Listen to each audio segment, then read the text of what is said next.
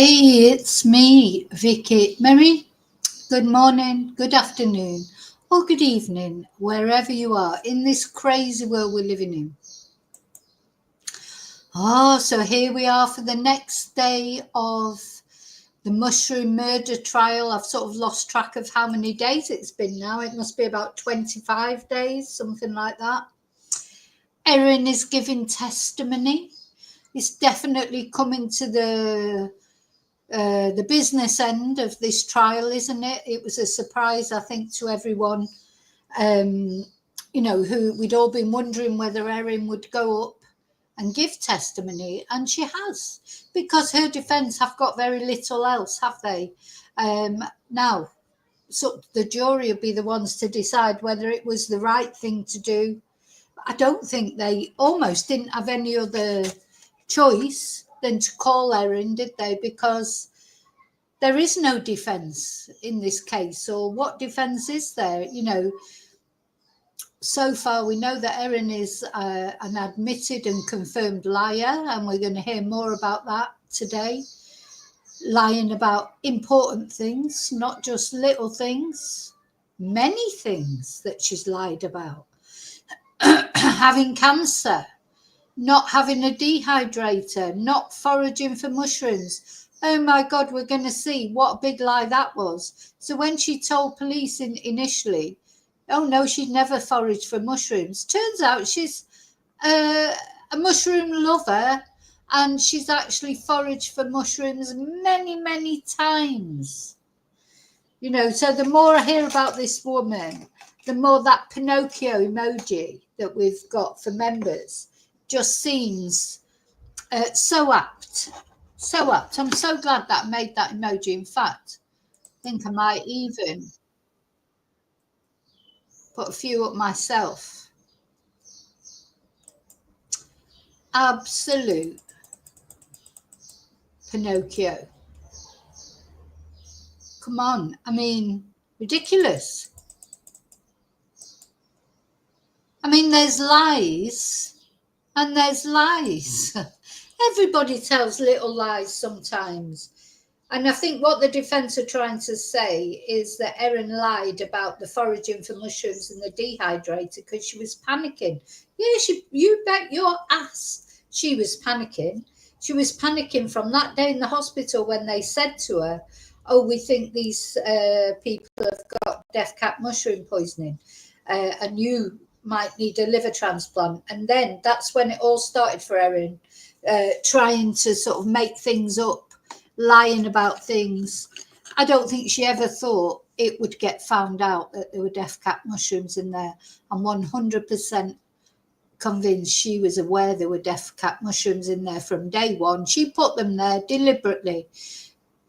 Whether she meant to kill them or whether she just meant to teach them a lesson and make them ill, that I'm not sure about. But anyway, there you go. That's what we're going to look at today. Her next bit of evidence that she's given. I think it's still not finished. This trial has gone on as long as they thought, and longer than the judge thought then, didn't he? In the beginning, he thought it would be quicker, but it's not. There's a lot of testimony from Erin today. It's all about Erin now. Okay, so, and we know it must be coming to the nitty-gritty, because even the BBC are there in the courtroom, and that's the first time that I've seen a live coverage from them, but maybe I've just missed it. But anyway, they're there. So first of all, I just want to say thank you, of course. Thank you to everyone watching, liking, subscribing, especially people who, those of you that are watching this case, caring about these victims. Because sometimes victims aren't as glamorous as other victims, are they? Some cases get more traction than others. And this case, even though it's a totally wild case, sometimes I think maybe it hasn't got the same traction like internationally as other cases get, just because the victims are elderly. I honestly do think that makes a difference. But these people, they went to that lunch trusting that Erin was going to make them a nice lunch. They never suspected for a minute they were going to be poisoned. And they went there, they listened to her talk about the cancer that she didn't have. They prayed for her. At the end of the meal, she sat there and watched them eat that meal that she served up to them. And it's foul. Anyway, so thank you for caring about them. We've got Don, who is Erin's estranged husband, Simon's dad, his wife Gail, Simon's mum, Gail's sister Heather, who is Simon's auntie, and Ian Wilkinson, her husband, the only survivor. Though he was critically ill, he had to have a liver transplant, but he seems to be okay now. So, but of course, he's had the trauma of everything he's been through, but physically seems to be okay now. So thank you for caring about them. They are at the end of the day, they are, if you'll pardon the expression, they are the root of this. They are the important people in this case, because especially the 3 that died, they need their justice. So, yeah, thank you for caring about them. Let me just put up a picture of Erin. So, yeah, this is Erin. She's a mushroom lover. She's declared herself as a mushroom lover. She talks too much about mushrooms, I think, today in her testimony. Made it clear that she knows a lot about mushrooms. She knows a lot about them. She loves mushrooms. And she knew 100% what was in those meals, as far as I'm concerned. So, special thank you, as well as all of you that watch my videos. Don't forget to subscribe. Don't forget to press the notification bell for your notifications. And very special thank you to my members. We're rocketing towards Thursday again. Thursday night will be Members Live. I'm going to have another video to show you. And on Thursday, we're going to talk about another case. Not really about the case. We're going to talk about Sebastian Rogers, but about the grifters that are making money from the Sebastian Rogers case unashamedly, not even caring really about the case or whether it's solved. In fact, I reckon these grifters, they're praying that the Sebastian Rogers case is never solved so that they can carry on grifting, having these YouTube wars and arguments. Everyone's jumping on the bandwagon. It's just sickening. That's what I'm going to talk about on Thursday in the Members Live. Sebastian Rogers grifters, basically. So in fact, and it makes me now where I don't want to do a video about Sebastian Rogers because it's so horrible what everybody else is doing. Anyway, never mind. I can't go on a rant about that. That'll be Thursday. So thank you to all my members.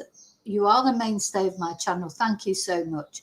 Thank you to those of you who sent me super chats, Ko-fis. A lot of you appreciate me covering this particular case. Thank you for that. The nice messages I get, the nice emails I get, etc. Thank you so much.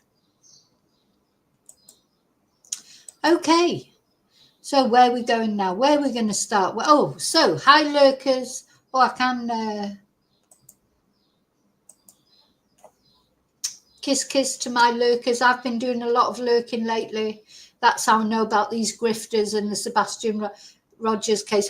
I've lurked in quite a few videos, and honest God, it's just disgusting. People's, who make you ashamed to be a YouTuber, to be honest. I hate these YouTubers that give other YouTubers a bad name.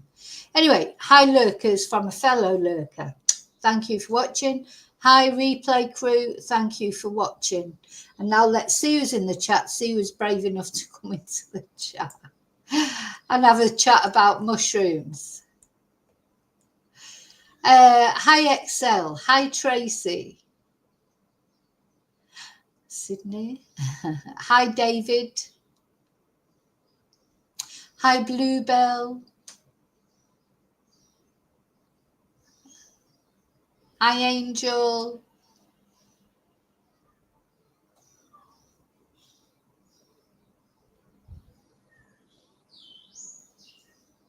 Hi Swin.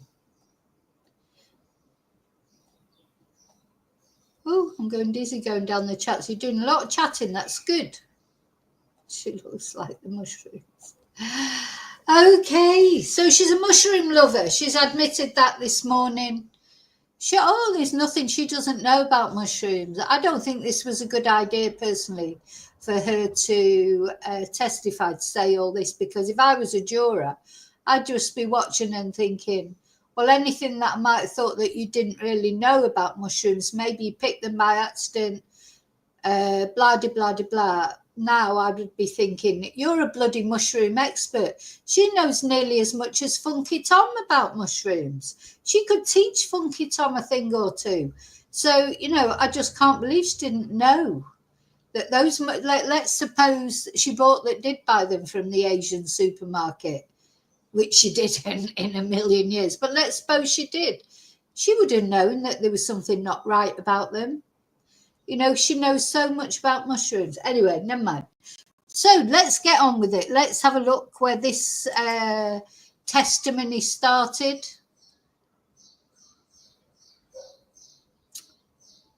As I say, I've got a choice because I couldn't decide whether to use the BBC live thing, but we have been using the ABC's sort of live commentary on the trial, and they've been quite good, haven't they? So we'll use this. And if I see anything different on the BBC one, I'll call it to attention. So let's start off with this video from Alexandra Alvaro, who is the reporter there for the ABC News. Erin Patterson will be back in the witness box today. Yesterday, she spoke really fondly about Gail Patterson, her mother-in-law, and one of the guests at that fatal beef Wellington lunch. She spoke about the birth of her first child. She described it as a traumatic birth. She said that she had to have an emergency C-section, but she said that it was Gail Patterson who really helped her through that time after the birth. She said, so she's just going through what happened yesterday, what she said yesterday. That she was really patient and gentle with her. She told her to really just enjoy this time with her newborn. She said that at that time she was feeling really out of her depth. And she also said that it was one of the Wilkinsons, one of Simon's cousins, who walked her down the aisle for her wedding. She said that her parents were holidaying at Russia during that time, and it was one of Simon's cousins who walked her down the aisle. But she also spoke about the relationship that she had with the... It's odd, isn't it, that her parents were on holiday in Russia when she got married? I mean, it's like... was it that short notice that they'd already booked that holiday or whatever? Fancy your parents not coming to your wedding. It just seemed a bit awful. Patterson's leading up to that beef Wellington lunch. She said that at that time she had started to become more distanced with the Pattersons, that she was getting the impression that Simon, her estranged husband, didn't want her to have that closer relationship or didn't want her to be as involved with the family as she was. And we heard earlier on in the trial that from Simon Patterson that they were having disagreements over child support at that time. And we also heard that at that time before the lunch, her relationship with Simon had become... So this is Simon, her estranged husband, appearing at court. He gave his testimony. God, it feels like years ago now. He gave his testimony right at the beginning of the trial, as did Ian Wilkinson, the only survivor of that lunch, apart from Erin, of course. And that's him. That's her estranged husband. And yeah, I think yesterday it was very important, what we heard about how Erin's relationship with Simon and her in-laws had deteriorated over that past year as Erin lost control. I still think this is all about control. I think the motive here is pure spite, to be honest, if she's guilty, of course, allegedly.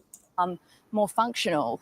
She said that their relationship was really now limited to discussions around the children and around helping out with the local church service. Now, Erin Patterson is accused of murdering 3 of her estranged husband's relatives by serving them a beef Wellington lunch containing death cap mushrooms. She's pleaded not guilty to all charges. She says that she did not deliberately poison her guests.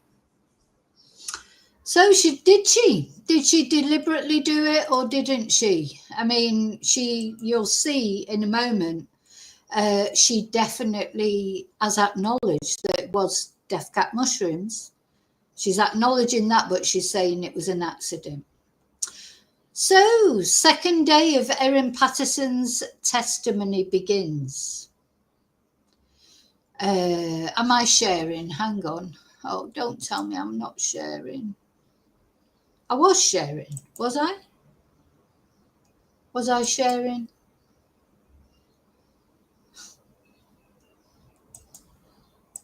I don't know if tell me, was I sharing that video? If not, let me know and I'll put it on again. But anyway, I'm definitely sharing now. So a second day of Erin Patterson's testimony has begun. And Erin has returned to the witness box to begin a second day of evidence at her triple murder trial. She's wearing a dark top with white polka dots. And as she did yesterday, she's got her glasses sitting by her side and a cup of water on the table before her. Every seat in courtroom 4 appears to be filled. So this trial is just, as it comes to the business end, if you like, it's attracting more and more attention. As he has throughout the trial, the surviving lunch guest, Ian Wilkinson, is sitting at the back of the courtroom with his family. Let's have another look at a picture of...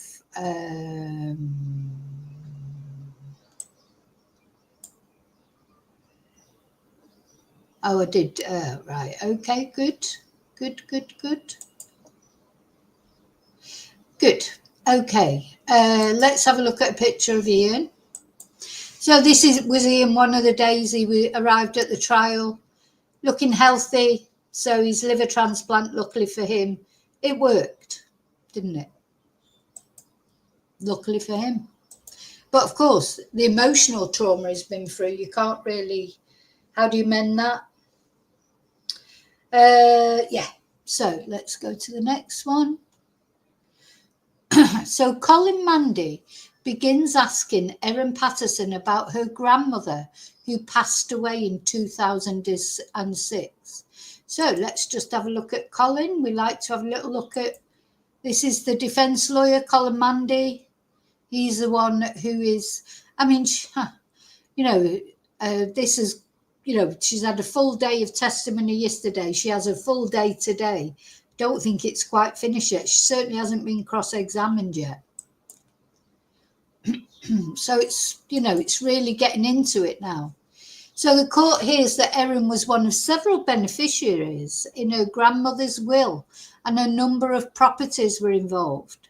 The first distribution of funds was 2007 and the last in 2015. Erin says. She says that helps the family. So although Erin complains a lot about her family, of course, but she did get left a lot of money to the equivalent, I think, $2 million in her grandmother's will. She was one of several beneficiaries. I wonder how her grandmother got so rich. But anyway, she was rich and she left Erin a lot of money.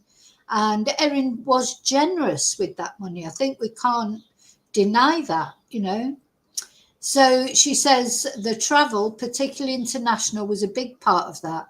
It did allow us to buy a home when we settled in Western Australia without a mortgage.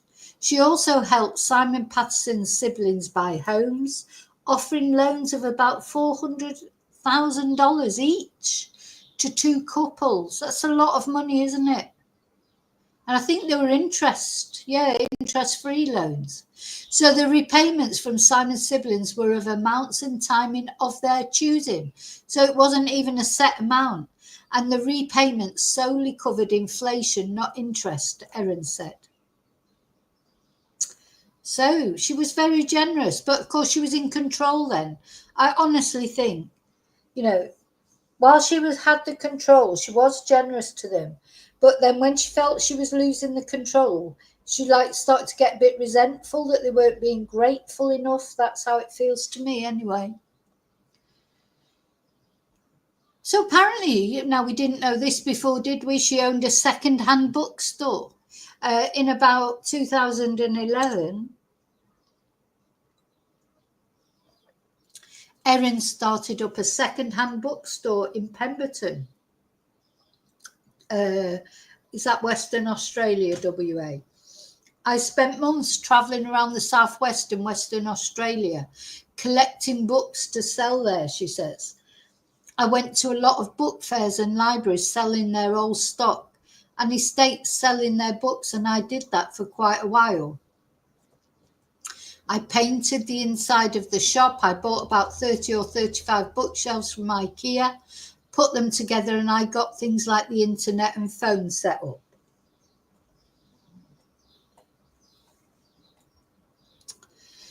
So then the court hears that Erin and Simon packed up in about 2013, I don't know how the bookshop went, and moved back to Victoria.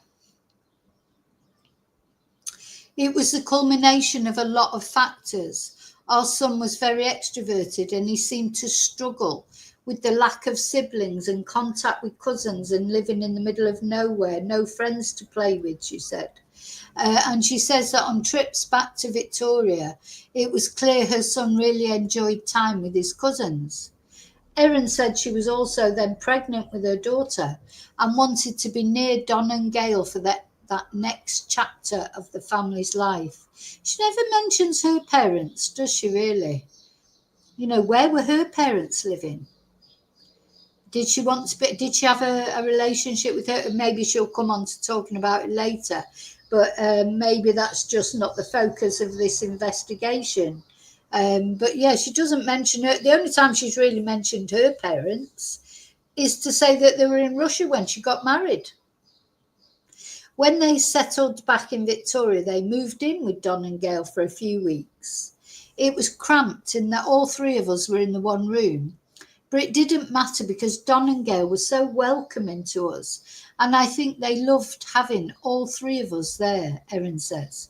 It was a really good experience. So they separated apparently multiple times. So I think we gathered, or we'd had already gathered, hadn't we, that their relationship is a complex one. You know, that they had separated times. We couldn't be sure, you know, how, what's the word I'm looking at, you know, why they kept separating. It seemed that even at the end of this, you know, this up to this lunch, right up to it, there were times when it looked like they might get together, then they separated, then they might get together. So, you know, maybe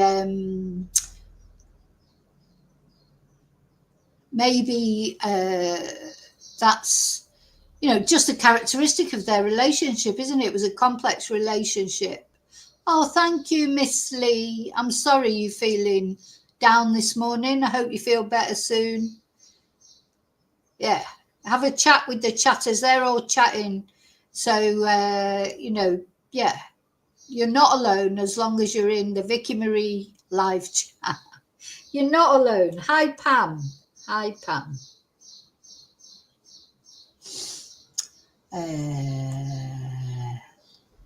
Sorry, just making sure I haven't missed anybody new coming in. Oh, thank you, Tracy. Yes, hit the like button. Thank you so much.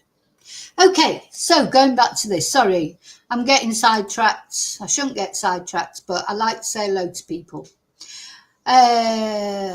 So Mr. Mandy says the couple went through a formal separation in 2015, the end of 2015, but reconciled at least twice. And Erin says they tried to figure out a good arrangement for the children. You know, they had different needs, she says, adding that the children were 1 and 6 years old at this time. And she says the couple's assets were divided up without lawyers. We just wrote down what we had, you know, property, cash, what was owed to us. And then we divided it down the middle is the best way to describe it, Erin says. And she said that in the immediate aftermath of the separation, it was difficult as it had been at other separations. I wonder why they kept separating. You know, we don't really know the reasons. You know, was it an affair? Did one of them have an affair? Was it, I don't know, they found out that they were telling lies or they were just arguing about stuff? You know, it's one of those funny relationships. Seemed like they couldn't live apart, but they couldn't live together. Anyway, that only lasted a handful of weeks. We went back to just being really good friends. And she says she constantly reflected on the reasons for the separation. I didn't want to be separated, but I felt there was no choice, Erin says.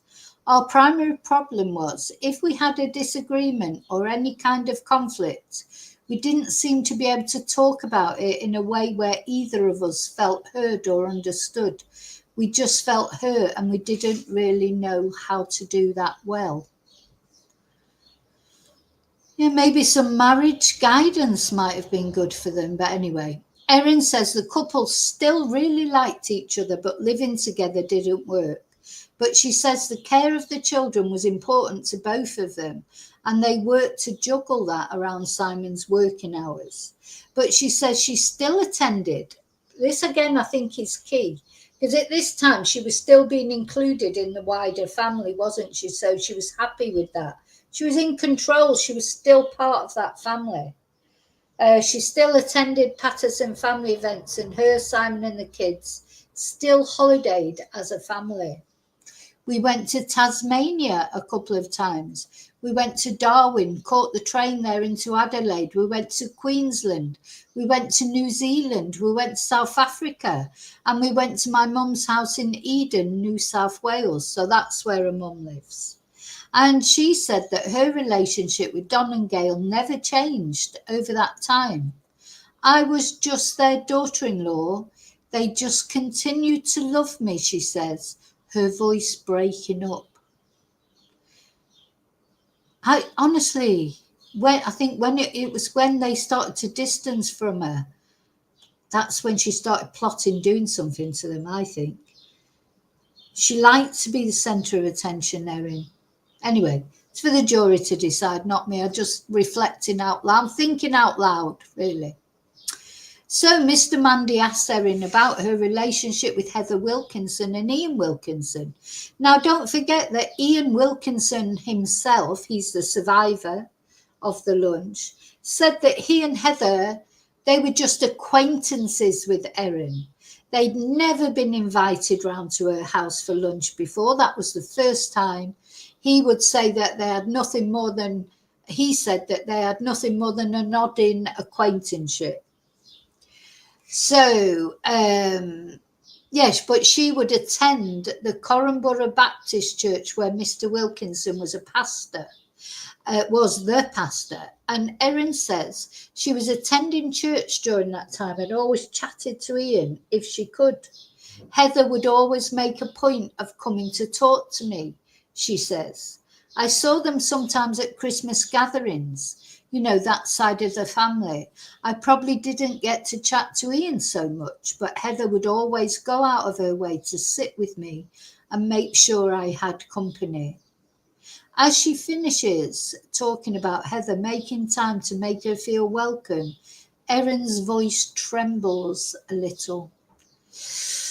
I mean, you know, maybe she did not mean to kill these people. So maybe that's why she's getting upset, or maybe she's realizing what she's lost. I mean, there is a part of me that thinks if she was in, would she have tried to kill 4 people all at one hit like that? You know, or, you know, sort of part of me is thinking that maybe she didn't mean to kill them just to make them quite ill. But I just don't know. Because, I mean, it's obvious when 4 people fall ill from a lunch, that's going to attract attention, isn't it? Wouldn't you have tried to kill them off more one by one? You know, that's a possibility, isn't it? So it's a definite possibility.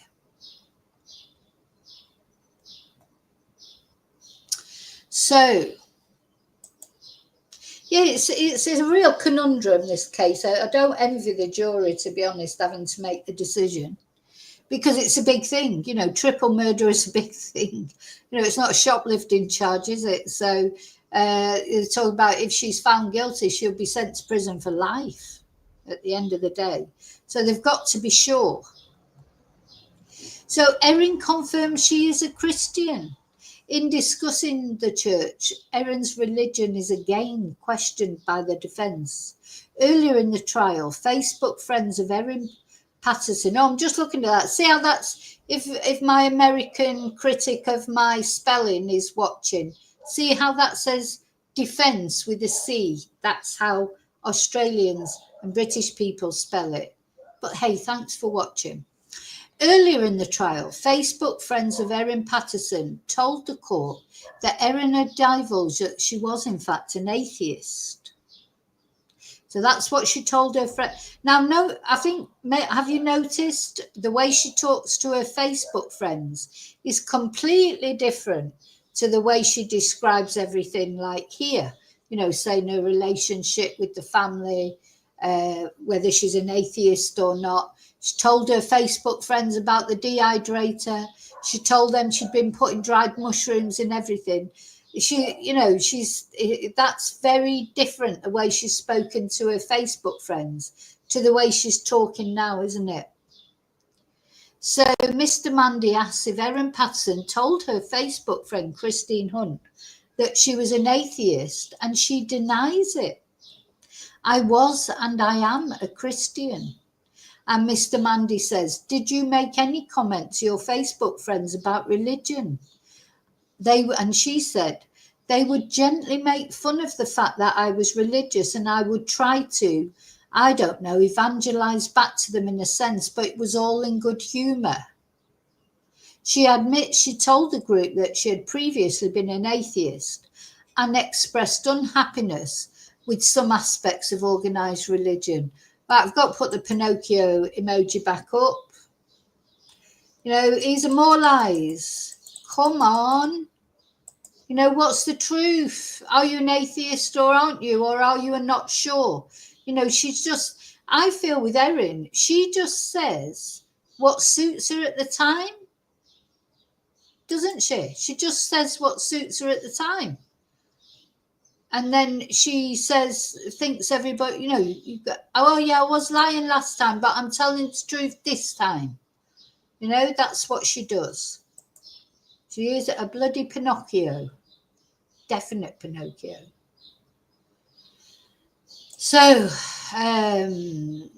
she admits she told the group she'd previously been an atheist, and she expressed unhappiness with some aspects of organized religion.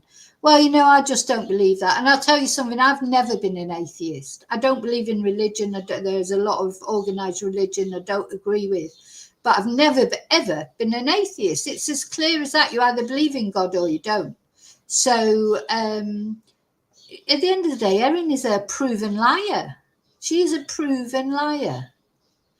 Anyway, then Mr. Mandy asks Erin about her roles at Corranborough Baptist Church in 2023, and she says she was helping with the streaming of the live services. She says a website required coding and a YouTube link to sustain a video feed of Pastor Ian Wilkinson's service. Oh, and something I just wanted to add here that they haven't mentioned. Nobody seems to have zoned in on the fact that Erin, we found out yesterday, she was planning on going back to university to study to be a midwife and a nurse. These Beverly Allitt vibes, Lucy Letby vibes. This woman, it just made me go cold when I read that. None of the other sort of media things seem to have picked up on that. Just made me go cold. The thought of it, 50 years old, why would she go and trying to be a nurse and a midwife? Why? Imagine her being in charge of people's lives. She just reminds me of Beverly Allitt a lot, to be honest. The mental state. Lies. Beverly Allitt was a liar. And, you know, Lucy Letby, in my opinion, is another liar. You know, some people, they just lie. So when COVID, when COVID began in March of 2020 and churches couldn't meet, Simon and Don, maybe some others, quickly set up an ability to stream the services. Don was the one, he was like a coding genius. He set up the website and he made it all happen. But a few months in, Gail became quite unwell. What happened to Gail, I wonder? You know, I'm now thinking this woman, anytime anyone was ill, I'm thinking, was it something to do with her? But, you know, we don't know that. I don't know why Gail came unwell. And Don was struggling to maintain that work. Oh, and she offered to take some of the load off his shoulders. Oh, funny that, isn't it? So Gail gets ill and Erin saves the day, steps in and offers to take some of the load off his shoulders. Do you know, it just makes you wonder, what has this woman been doing before? You know, I'm totally lost, you know, as far as I'm concerned now, after everything I've seen in this trial, I think Erin Patterson is a bad woman, an evil woman. I think she's one of those people that there's so much going on in her head that you can't conceive of. Yeah, funny that is. That's like Munchausen's by proxy, isn't it? You make someone unwell and then you step in and save the day. Wasn't that what Bev Allitt was doing? Making the babies ill and then saving them.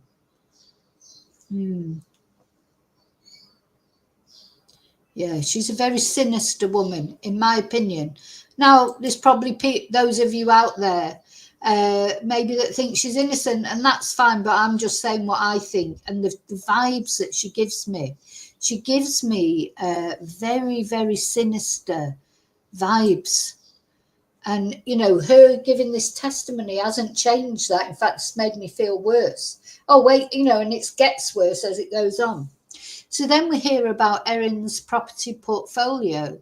At one stage, there were 3 properties under her and Simon's names, 2 in the Gippsland region and Mount Waverley in Melbourne. She says she did this because she wanted some way to demonstrate to Simon that she saw a future for them and the family being reunited. See, people who need attention, sometimes maybe the separations were about that. You know, you separate from someone. You know, when you get bored in the relationship, you know, relationships do get boring, don't they, when they become commonplace, you know, when you've been together for a long time and it all gets routine. So Erin, she liked the excitement. So she, you know, that's another possibility to me. You know, wanting the attention from Simon. Oh, yeah, we can get back together, you know. Just, you know, she's a bad person. I'll tell you, if she's acquitted, will anyone ever go to her house for lunch again? No. So Mr. Mandy, in fact, and her kids would be scared of eating lunch, I think. Mr. Mandy says ultimately, though, these assets were divided up with Erin's name solely on Leongatha and Mount Waverley homes. So then she admits, so this was the massive lie that she told, that she had cancer. At that lunch, she told those poor people she had cancer. They all prayed for her at the end. So Mr. Mandy asks Erin about her claims about having cancer. Have you ever had ovarian cancer? He asks. No, I have not, Erin says. Have you ever had a needle biopsy on a lump on your elbow? I've never had a needle biopsy anywhere. Were you worried about having ovarian cancer at some stage? Yeah, I was. So I don't, you know, I'm a bit speechless about this because she's admitting now she lied about having cancer. She lied about having a biopsy. But now she's telling the truth. So she says a few years ago she was worried about ovarian cancer. I felt very fatigued. I had ongoing abdominal pain. I had chronic headaches. I put on a lot of weight in quite a short period of time, and my feet and my hands seemed to retain a lot of fluid. My wedding ring suddenly wouldn't fit, so I took them to, you know, she was putting on weight. That's what was going on with Erin. So I took them to the local jeweler to be resized, and only a few weeks later when I went to pick them up, my hands had outgrown them again. So this was a rapid thing that caused me concern. and I consulted Dr. Google. Well, I think we've all done that. We Google our symptoms. If like me, I don't like going to the doctor, but I don't go around telling people I've got cancer or that I'm having a biopsy when I'm not. So she says there was a family history that added to her concern, including some health issues that her daughter had experienced in 2014 with an ovarian mass. Right from when she was born, I thought there was something wrong, Erin said. She cried a lot for long durations that I thought demonstrated pain, and I took her to a lot of doctors and even the hospital. And what they communicated to me that I was an over-anxious mother that should relax, and she's just a normal baby. And I don't know if they're going to bring the doctor's statements on, but that sounds like could well be Munchausen's by proxy to me. I mean, I just don't trust anything Erin does after this trial. Everything that's come out. Just don't trust anything. Because sometimes people do things like this. As much as we can't get our head around it, wouldn't be unusual for somebody to phone their ex-partner and say, to do something to their child, literally give them something to make them ill. I don't mean kill them, but, give them stomach pains or whatever, just so they've got an excuse to phone their ex-partner and get them round there. It happens all the time. And Erin seems to me a likely person to do that from all the things that have come out. An emotional Erin says that after escalating concerns, she returned to the hospital, but staff there said her daughter probably had a very full bladder. She says the whole experience considerably damaged my faith in the health system. I didn't like hospitals before it, like who does, but I didn't trust that these people knew what they were doing, and I was just in a heightened state of anxiety ever after about my daughter's health. I don't want to lose her. Yeah, I just don't trust this woman at all. Yeah. And I think you're right, Excel. I think I can't wait for the prosecutor to cross-examine her. Can't wait for her to be cross-examined, because there's things that she's just leaving herself open, isn't she? Anyway. So Mr. Mandy takes Erin through other experiences she had. I mean, how many people do have bad experiences sometimes with the health system, the medical system, but it seems like Erin's had a lot. Other health episodes with her children. Right, where's my red flags? Other bad health experiences with her children. Just makes you wonder, what has this woman been up to? What has she been up to? Huh? Very odd. Now, I felt that somebody said hello to Misty then. Hi, Misty, are you there? Maybe I didn't see that. Maybe I imagined that. But yeah, so many, what's she been doing to her children that they've had all these health episodes? She recounts another very traumatic health episode where her screaming daughter, who was 11 at the time, had a tube put into her nose. And she says a similar issue occurred with her son, where no one would listen to her concern about a knee injury after a bike accident. It was this merry-go-round of health specialists until someone said he needed surgery on his knees. She said her son was x-rayed on the wrong side of his body, and when she pointed it out, she was treated with condescension. Well, I don't know the full story about that, but it sounds awful, of course. Oh, God. So apart from cancer, she also thought she had a brain tumour. Erin then details another chapter of health concerns where she was worried by chronic and increasingly frequent headaches. She says she turned to Dr. Google.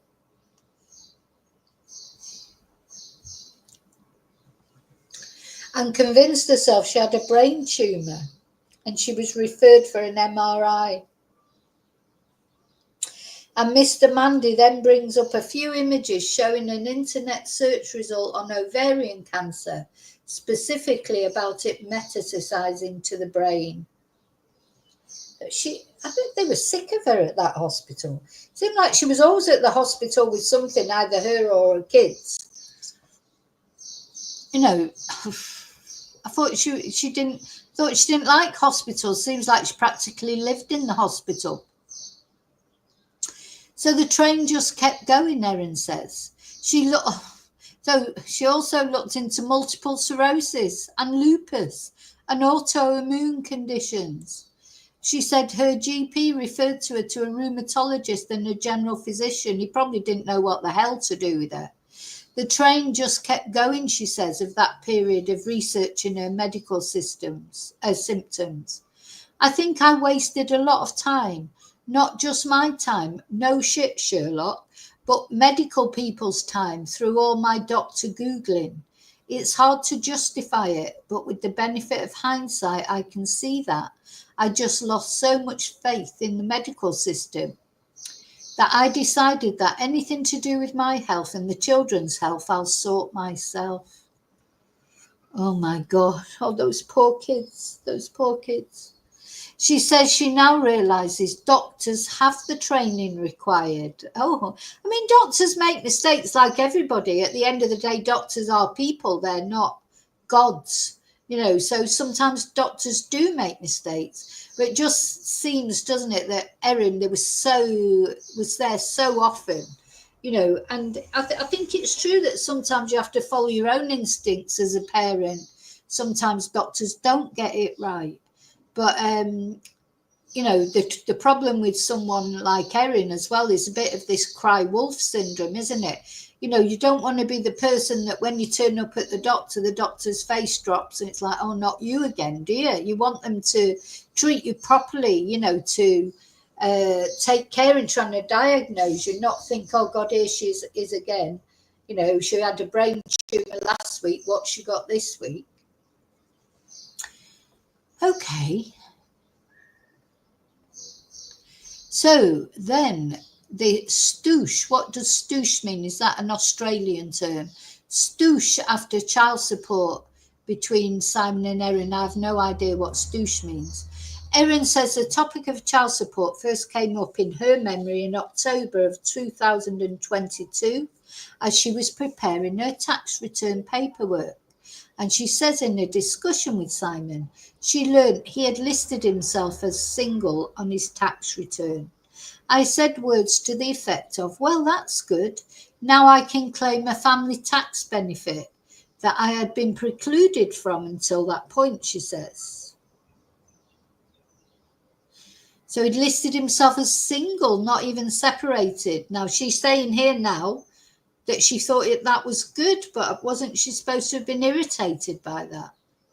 She says that those who are single and wanting to claim family tax benefits need to put in a child support application from the other parent in order to do that.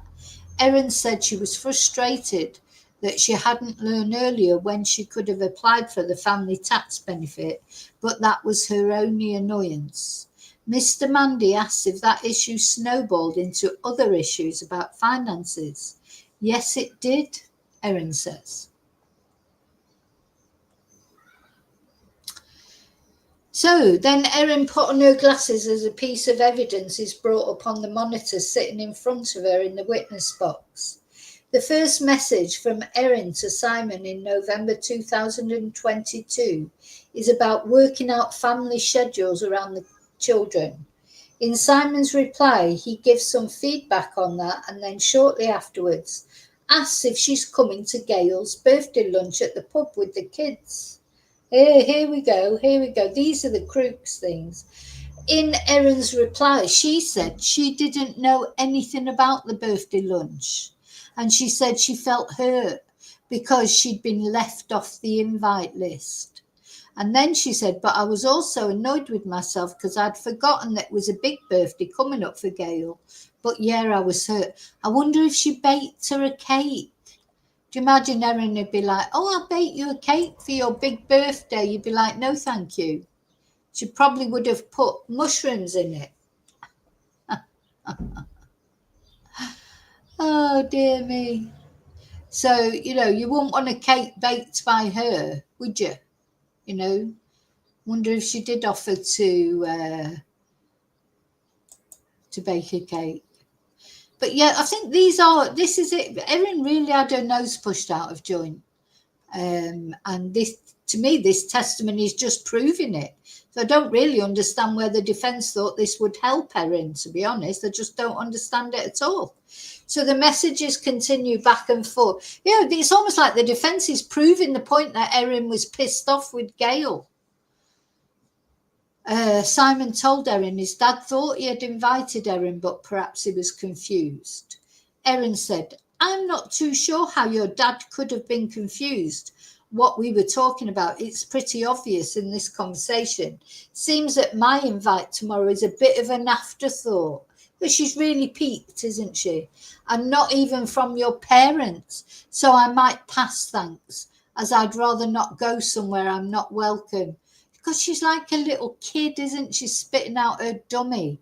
Either don't go then. Don't go, but, I might pass, thanks.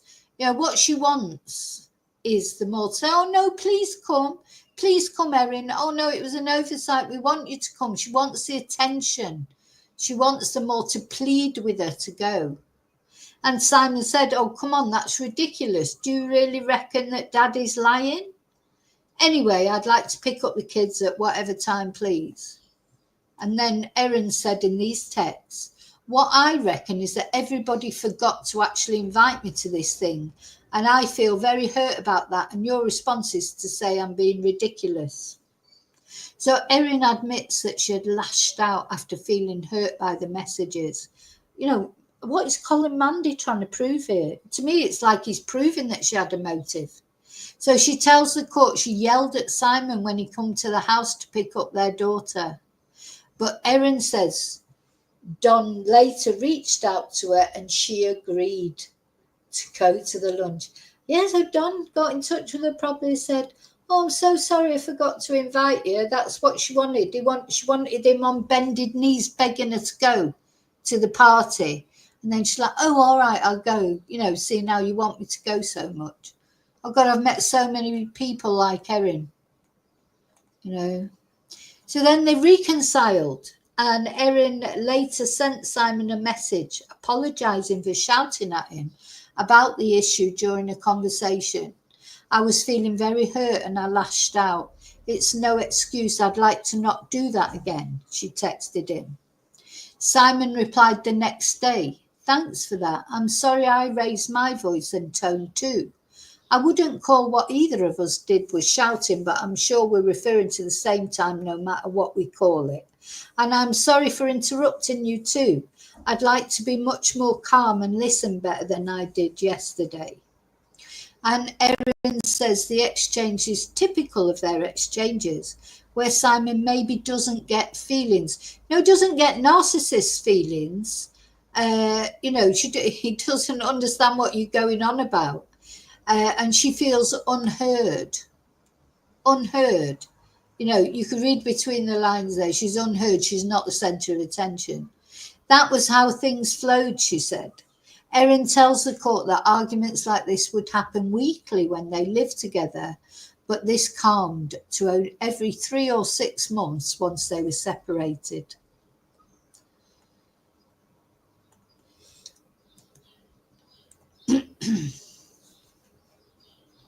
Mr. Mandy then takes Erin to some other messages between her and Simon about their finances. Also in November 2022, Erin texted Simon saying she'd applied for a child support application and some of the details of that. The same month, Erin was forwarding Simon the anaesthetist fee for their son's surgery and asking him to pay.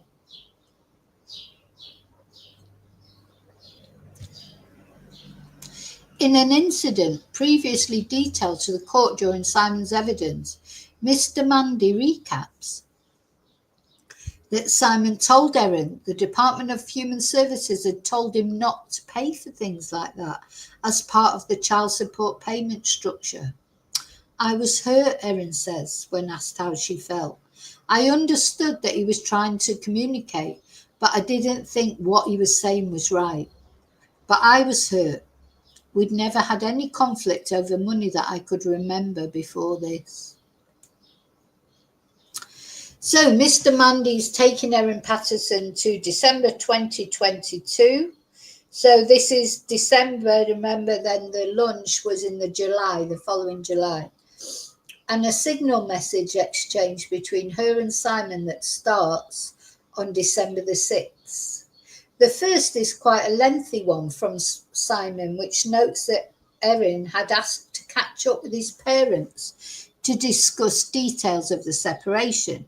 And Mr. Mandy asks Erin why she was asking Don and Gail over for a chat. And she said, I was struggling to achieve good communication with Simon about a few things, and I was wanting or hoping that Don and Gail might help to mediate that a little bit and help us solve that problem. She says they'd done it before. And Erin says there were a few issues with the separation at that point in time, including the payment of school fees. School fees had been paid by Simon up until the child support issue was raised, the court hears. But afterwards, Erin says Simon wanted her to pay all of them. Simon later said in a message they could fairly easily sort out the disagreement over some financial issues, and he planned to ask a mediator to help them sort it out. And Erin says when she met with Don and Gail, they said that if money was an issue, they'd pay for the school fees. I mean, they sound so sweet and helpful. And she said, that wasn't what I needed, but that was their first response, Erin says.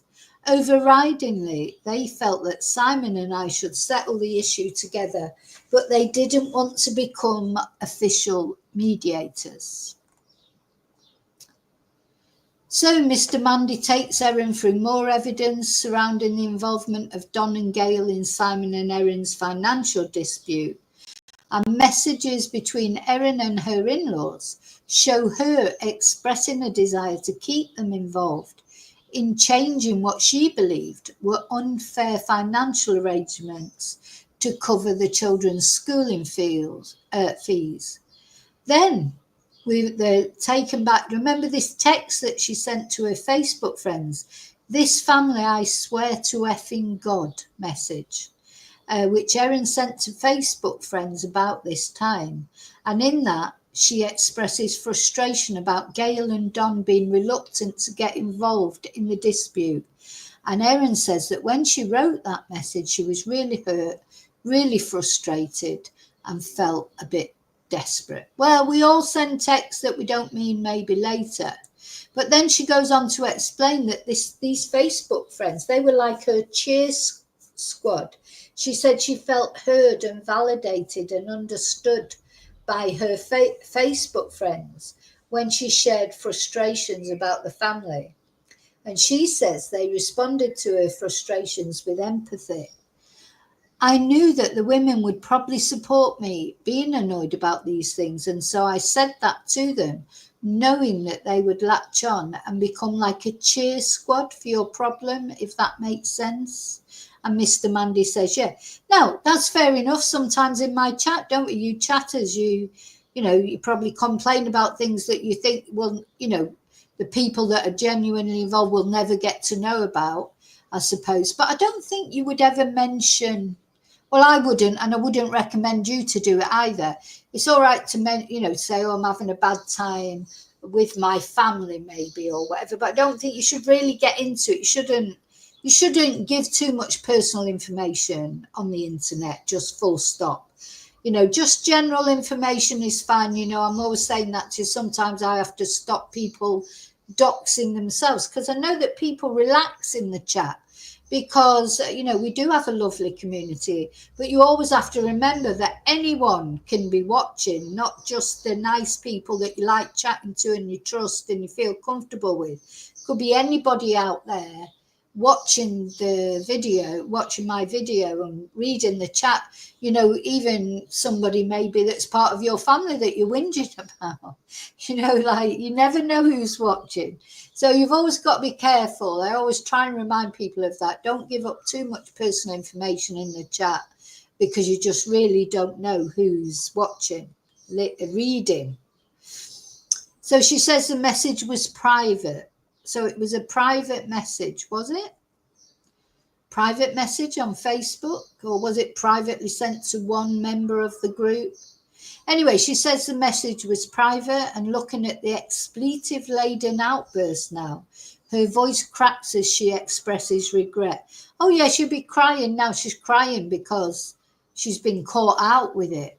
I wish I'd never said it. I feel ashamed for saying it, and I wish that the family didn't have to hear that I said that, she says. They didn't deserve it. Well, it's too late now to say that. That's what you said. And it sounds to me like Gail and Don had done nothing but be kind to her, to be honest. So just before we start, I just come into the chat, talking to the chat, just make sure you're all okay. Yeah, David, you can't complain about your sisters, can you? Because you can't complain about them, can you? Yeah, you're all okay. You're all okay, I think, in chat. So we're going to hear some of these messages. Well, not hear them. We're going to read about some of these messages. Mr. Mandy takes her to another message sent to her Facebook friends, where she says they are a lost cause. I'm sick of this shit. I want nothing to do with them. The message begins, ending in so, pardon my French, but so fuck them. I wrote that. Erin says, why is Mr. Mandy bringing this up? Do you know, we wouldn't have known. Well, I don't know if this came up before when the prosecution was speaking, but, you know, he's reinforcing it to the jury, isn't he? It's a very strange defence, this, in my opinion. What is the defence to tell people that Erin tells lies and that actually she's a bit of a bitch, to be honest? You know, what is the defence? What is the point of this defence? So she sighs and sniffs before explaining why. I needed to vent. I needed to get my frustration off my chest. And the choice was, this made me giggle a little bit, was either go into the paddock and tell the sheep or vent to these women. Oh, you know what? I'm going to have to get an emoji with a sheep on it now. There's enough. I have quite a few people like with handles to do with sheep come on my, you know, because I think of some of the Australian followers that I have, they quite often have handles that have got sheep in them. I'm going to have to put a sheep emoji in the members.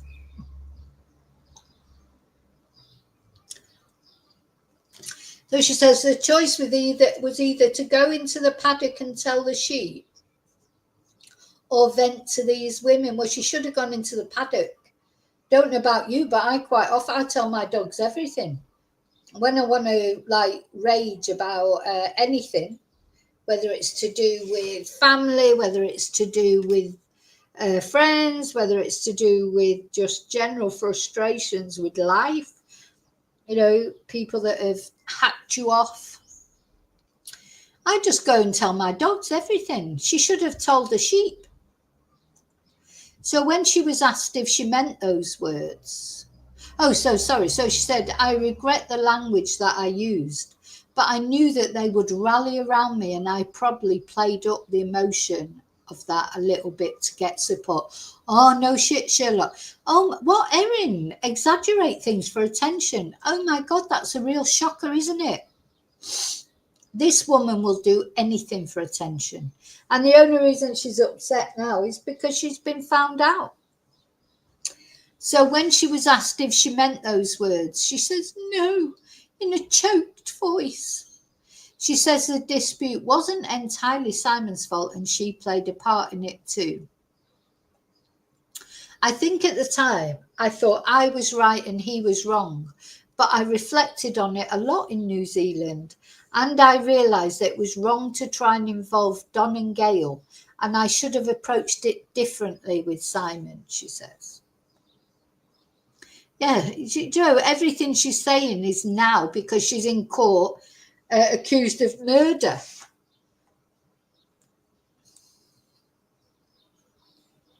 So Mr. Mandy asks Erin if she expressed frustration to Don and Gail at the same time she was venting. And she says the conflict didn't keep bubbling along, and she later apologised to her in-laws because the issues had been resolved. They were doing nothing but trying to support us, she said. Erin said she apologised for trying to involve them in something they didn't need to be worried about. She says she was in effect asking them to take sides and agree with me that I was right and Simon was wrong, and that wasn't fair. No, and it wasn't fair. And also at the end of the day, Simon is their son. You know, that, I mean, I'm sure they were fair most of the time, but Simon is their son. She's trying to control it. They helped us mediate issues in the past, but that was long before Gail had been unwell. I wonder what was wrong with Gail. And I shouldn't have done this to them at this point or ever, she says. Now, don't forget, Erin was accused originally of trying to kill her husband on a few occasions, but all that's been dropped to concentrate on this case. Just makes you wonder, doesn't it? Because Gail and Don had been over to her house for lunch many times. You know, why was Gail ill? Just makes you wonder. Anyway, a series of messages between Erin and Simon is shown to the court from December 2022. Erin sent images to Simon during a trip she was on with the children in New Zealand. Erin says the kids were on a toboggan-style Lugin rotura, which they had done before. I sent him a video and photos of them doing that because I knew he'd be really happy to see that, she says. And in a reply, Simon said, "Fantastic, thanks heaps for sending these through, and you're an expert camera operator from that vantage point with much experience over the years." And Erin says he's referring to her dislike of adrenaline things and that she usually spectates those kind of activities rather than takes part. And Mr. Mandy notes the tone has no heat to it and asks how all the financial matters were between Erin and Simon by mid-December 2022. And she said that child support was sorted out and the school fee issue was sorted shortly afterwards. And she says she remembers sending the messages from a place the whole family had previously visited together. It's like she's rubbing his face in it to me. She says that reminded her of the happy holidays she and Simon had enjoyed in the past and was hoping to extend a message of sorry and wanting communication to be better. And she says he took it graciously. No, what she was doing was look at all the fun that we're having without you. That's what she was doing, in my opinion. Anyway, so she said that the relationships returned to normal following that trip. And she said after that, her relationships with Don and Gail were strong and supportive as always. And she attended a Patterson family birthday with the kids. And it was great. Then Mr. Mandy brings up, I hope you've all got your provisions in here because it does go on quite a lot this. I might have to go for a bathroom break shortly. But hopefully, well, I might be okay. So Mr. Mandy brings up a message from Erin to Simon during the New Zealand trip where she's asked him for a favour about a tree being down across the fence at her property back in Victoria. In the message, she starts off by saying, "I understand we don't really have the kind of relationship right now where I can ask favours, but I don't have anywhere else to turn." And in his response, Simon says he can't help today because he's in Brisbane, but he can help the next day. And he says, I'm always your husband, no matter how we're doing, so no probs with you asking. And Erin agrees with Mr. Mandy that the tone was conciliatory. Okay, so then we go into a body image issue. So we saw a little bit about this yesterday, didn't we? Erin's concerns, if you like, or Erin's anxieties about her body image. So Mr. Mandy says he'll now move to ask Erin about her body image and asks her why she had an issue. I've had it ever since I was a teenager, she said, as long as I can remember. I've tried every diet under the sun. It's been a roller coaster over the years. When I was a kid, Mum would weigh us every week. What? Mum would weigh us every week to make sure we weren't putting on too much weight. And so I went to the extreme of barely eating then, and then through my adulthood going the other way and binging, I suppose, for want of a better word. I never had a good relationship with food, a healthy relationship. Erin becomes visibly emotional, which is a shame, as she says she was bulimic, binge eating 2 or 3 times a week through her 20s. Well, that's horrible to think that their parents would be weighing you every week, for God's sake. Oh my God. Has anyone had that happen to them? Or, what do you think of that? Or have you made your children do that? Or, I do know somebody who went to a private school, a boarding school, that they were made to go to, even if they didn't want to go, but their parents sent them to a boarding school. Sorry, hang on a sec. I just have to pause it. One sec. Someone's at the door.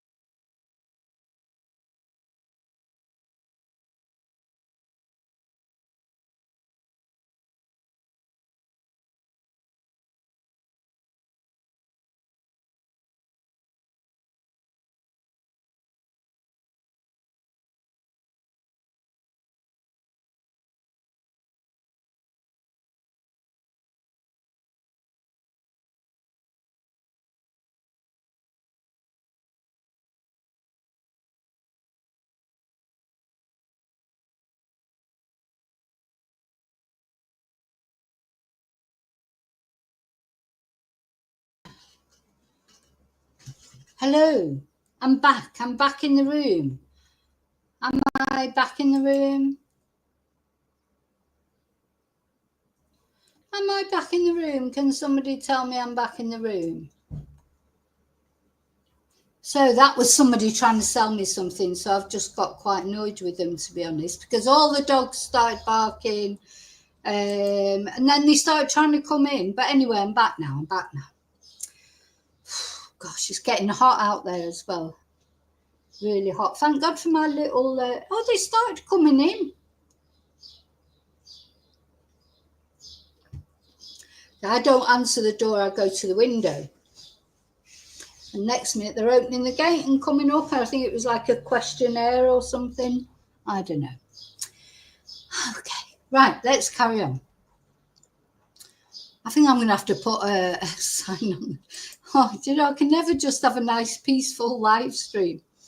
Anyway, where are we? So yeah, oh, that's right. I was saying that this friend of mine, she went to a boarding school which she didn't want to go to. She tried to escape loads of times, and they had to be weighed every week to make sure that they weren't putting on weight. So, and she has got some food issues, to be honest, because of it. She had bulimia and God knows what. But anyway, she's more or less sorted now. But of course, she's older now. But yeah. Yeah, so it's a shame. So it seemed that, it's not very nice, that, is it? But is it true? Where's Erin's parents to confirm this?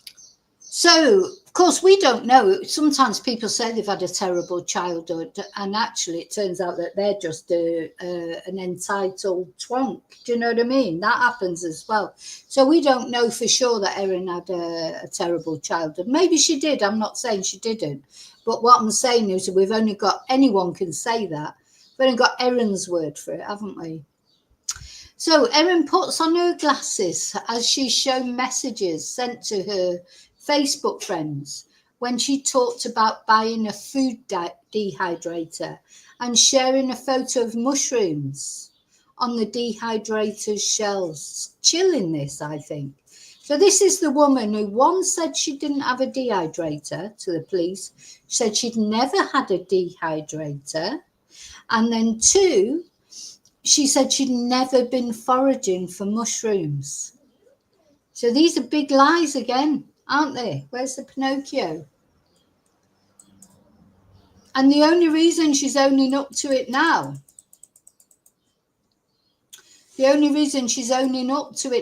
is because she's been caught out.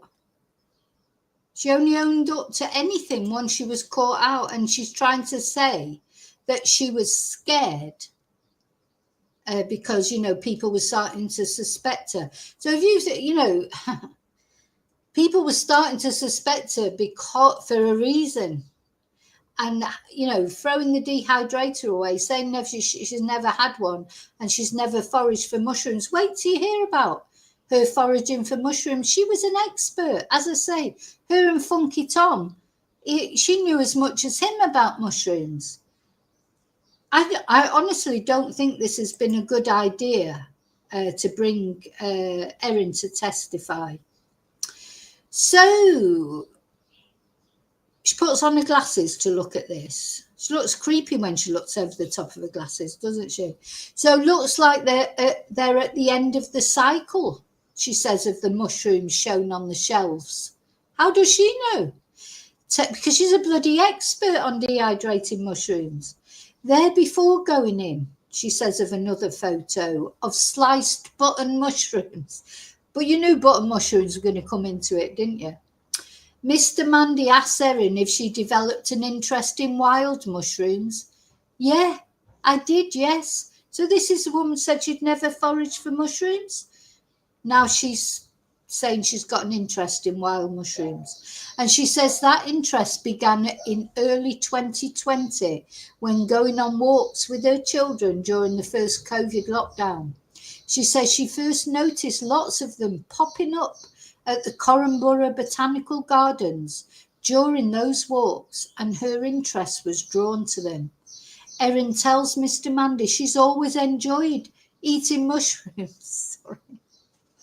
Oh God, my dark sense of humour is going to come out now because they taste good and they're very healthy, she says. Well, not really, Erin, are they? They're not healthy because you thought you had a brain tumour, you thought you had lupus, you thought you had cancer. So they weren't that healthy with it. And, no offence, but, they didn't help you to diet, did they? Oh, you know what? This is a crazy world, isn't it? Really is. So Mr. Mandy asked Erin how frequently she would do shopping around Mount Waverley, Oakley and Clayton. She said she'd shop there when she had the kids up at the Mount Waverley home and that she bought dried mushrooms in Asian grocers. I'd use them in curries or pasta dishes or soup, spaghetti, she says. They just taste more interesting. More flavour, she says when asked about dried versus fresh mushrooms. More flavour, more poison, more poison. Oh my God. You know, had she poisoned? I wonder if she'd done anything like this before.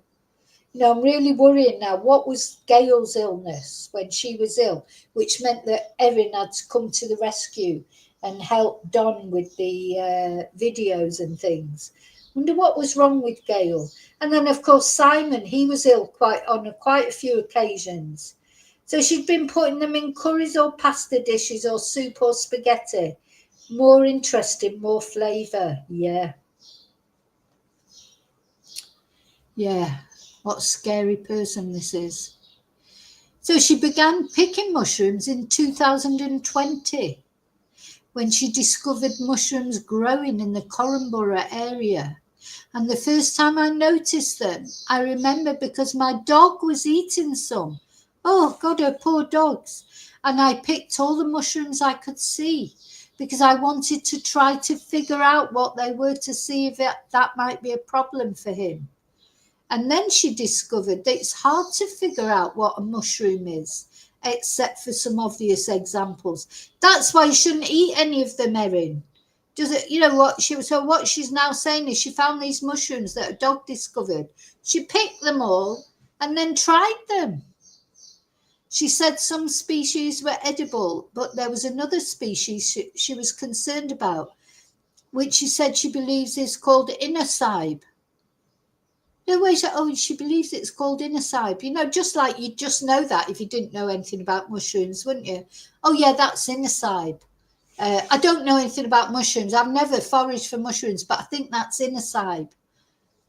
Oh, my God, this woman is so full of lies. It is untrue. So innercibe, would you know that? Is a genus of mushrooms covering more than 1,000 species. Honestly, Funky Tom would be proud of this woman. Let's just have a look at Funky Tom. I want to look at Funky Tom now.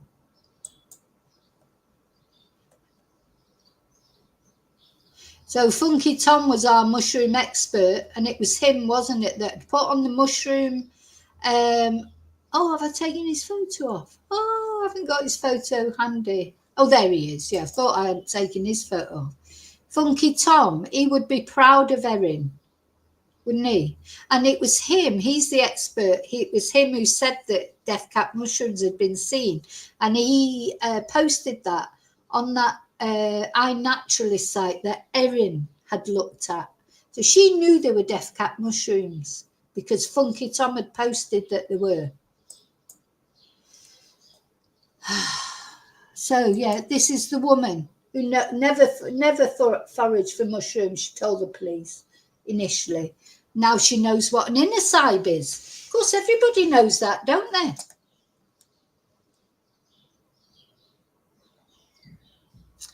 Then she tested wild mushrooms and ate them. She says she found field and horse mushrooms in the paddock near her home and eventually consumed them. It was a process over several months in the lead up to it. But when I got to a point where I was confident about what I thought they were, I cut a bit off one of the mushrooms, fried it up with some butter, ate it, and then saw what happened. Oh, yeah, you would do that, wouldn't you? Oh, let's just taste this mushroom, because just try and see if it is a deadly toxic mushroom. They tasted good. I didn't get sick. I honestly don't see the point of this testimony. To me, it's made Erin look more guilty than she was before, if possible. So, partway through the questioning, the prosecution asked to raise a matter in the absence of the jury and the public hearing is paused. So, they had a break, then they had lunch. Then there was ongoing legal discussions. And then they just summarised. Bit of a delay.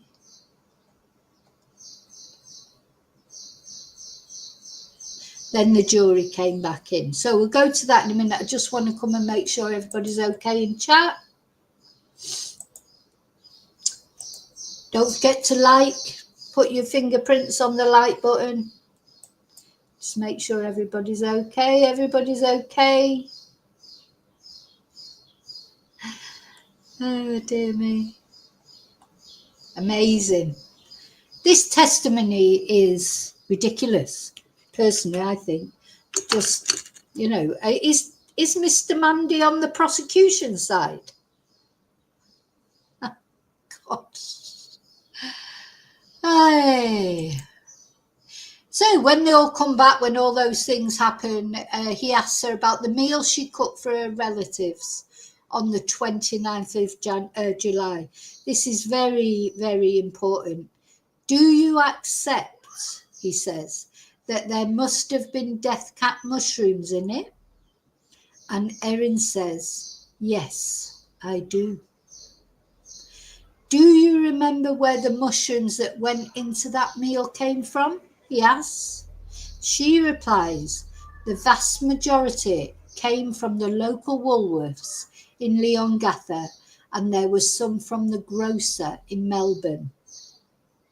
However, Erin says that the specific purchase of the mushrooms is not clear in her mind, beyond it being in the April school holidays.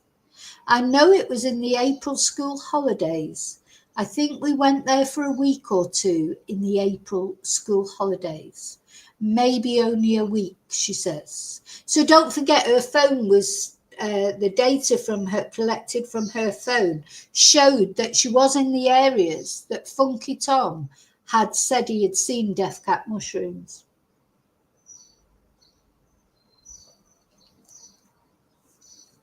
So she says she's purchased mushrooms from those kind of shops before, including shiitake, porcini, and enoki varieties. And she said sometimes the bags might say something like wild mushroom mix or forest mushroom. And she says that due to the short season of mushrooms, she would dry and preserve them to have them available later in the year. Did you dehydrate mushrooms you'd foraged? Mr. Mandy asks. I did, she says. Erin said she began foraging mushrooms within days of purchasing a dehydrator. She also tells the court she would dehydrate mushrooms bought from the store. Now, don't forget, initially, when the police asked her, instead of saying this, that yes, oh, well, she did forage mushrooms and she did, so that would have been her best defense, wouldn't it? That she foraged these death cap mushrooms by accident and didn't realise what they were. That would have been her very best defence. But you know what? She couldn't say that because right from the beginning, she'd lied about foraging mushrooms. So she couldn't suddenly say, oh, well, actually, I did forage mushrooms. She'd already said right from day one she didn't forage mushrooms. She didn't have a dehydrator. She never had a dehydrator. She got the mushrooms in the Asian grocery store.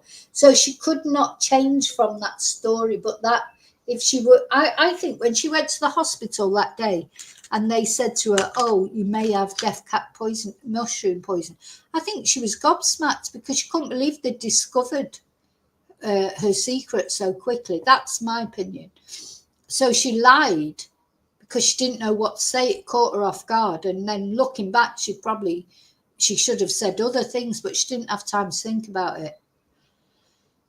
She tells the court, the court is shown some photos of the dehydrator and some mushrooms on the dehydrator shelf on scales. So the court is shown a photo of mushrooms on a scale, which Erin says were part of a bit of an experiment to see if mushrooms turned out okay being dehydrated whole rather than sliced. And she says the end result was the mushrooms were not looking good at all. They were still a bit mushy inside. They just didn't dry properly, she says. She doesn't think she tried them. Erin says she also foraged some slippery jack and honey mushroom varieties from the Corumburra area, and she says they were very nice to eat and she was very confident she had correctly identified the species. God, she's just mad to mess about with those things. And Erin is asked if when she went foraging, she had anyone with her. She said, the kids were with me during the COVID period. So 2020, the lockdown period's 2021. She says the children generally ran around and did their own thing while she was foraging, but they definitely saw what I was doing. Now, we must remember the children in their video interviews, they said they couldn't remember ever going foraging with Erin. And do you know what? I think it'd be dangerous to take children with you, wouldn't it? You know, a child might easily pick up a mushroom and put it to its mouth. So she says she recalls some oak trees at Corranborough Botanical Gardens, and she believes she foraged mushrooms near to those trees. Now, don't forget, death cap mushrooms, they grow next to oak trees, apparently. And she says, more generally, she took the mushrooms she foraged home. She cleaned them, and if she wasn't planning to use them that day, she sliced and dried them before storing them in a Tupperware container on the shelf. Just dicing with death, if you pardon the expression, like dice mushrooms. Literally dicing with death, in my opinion, to forage mushrooms. Anyway, she says she was going to use the mushrooms she bought from an Asian grocer in Melbourne. Remember, she can't remember which grocer it was. The actual council went round there to try and find out which supermarket it was, because it was dangerous. The fact she supposedly bought them in a supermarket, other people might have bought, a similar batch, but nothing was ever found.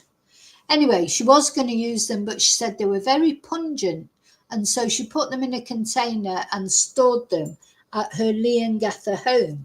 So earlier in the trial, mycologist or mushroom expert, Funky Tom May, he had told the court that dried death cap mushrooms have an unpleasant smell. Anyway, that's where it comes to an end, because Justice Beale, the judge, we'll have a look at a photo of him in a minute, he interjects and he takes the chance to adjourn the court for the day, and her testimony will continue tomorrow. Oh my God, so we're going into Wednesday now, and she's still got to be cross-examined, so I don't know if it's even going to finish this week, this case. Because, this is a lot, isn't it, for the prosecutor to cross-examine.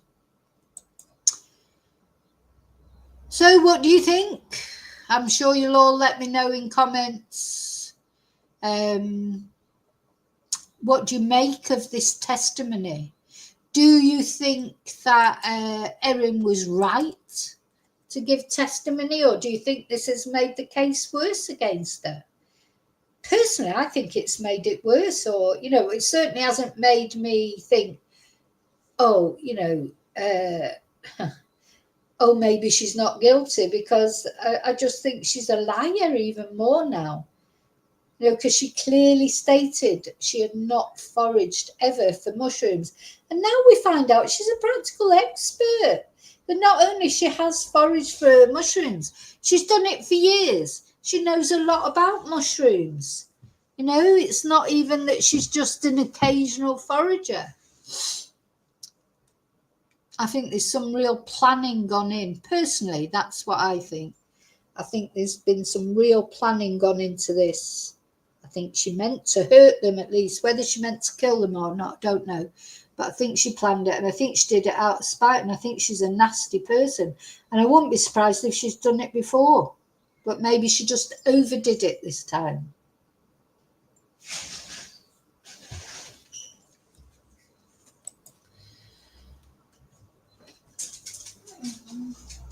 Anyway, let me know what you think, as always, in comments.